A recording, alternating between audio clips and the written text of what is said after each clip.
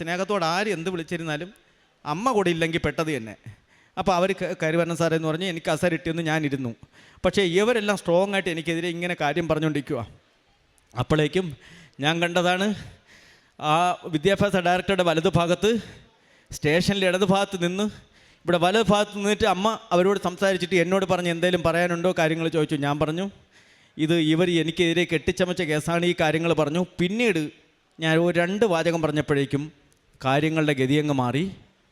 പിന്നെ എനിക്കെതിരെ പരാതി കൊടുക്കാൻ നിന്ന HM എൻ്റെ അടുത്ത് കോംപ്രമൈസ് ചെയ്യണം, HMന് കോംപ്രമൈസ് ചെയ്യണം. അമ്മ നന്നായി ഇവിടെ വർക്ക് ചെയ്തു. അമ്മ 2 സെക്കൻഡ് കൊണ്ട് അമ്മ ധൃതിയിലായിരുന്നു. അതായത് കൃപാസനത്തിലെ തിരക്ക് തന്നെ അമ്മക്കറിയാം. ഞാൻ മനസ്സിൽ ചിന്തിച്ചതാ, കൃപാസനത്തിൻ്റെ ഓൺലൈൻ ഫേസ്ബുക്കിലുള്ള ലൈവ് ഉടമ്പടി കണ്ടുകൊണ്ടിരിക്കുമ്പോഴേ ഈ സംഭവം ഉണ്ടായത്. അപ്പം അമ്മ അത്രയും തിരക്കുണ്ടായിട്ട് കൂടിയും ഞങ്ങളുടെ ഒരാവശ്യത്തിന് അമ്മ ഓടി തിരുവനന്തപുരത്ത് ആറ്റിങ്ങലെത്തി. എവിടെ വേണമെങ്കിലും അമ്മയ്ക്ക് സഞ്ചാര മാതാവിനെത്താൻ കഴിയും.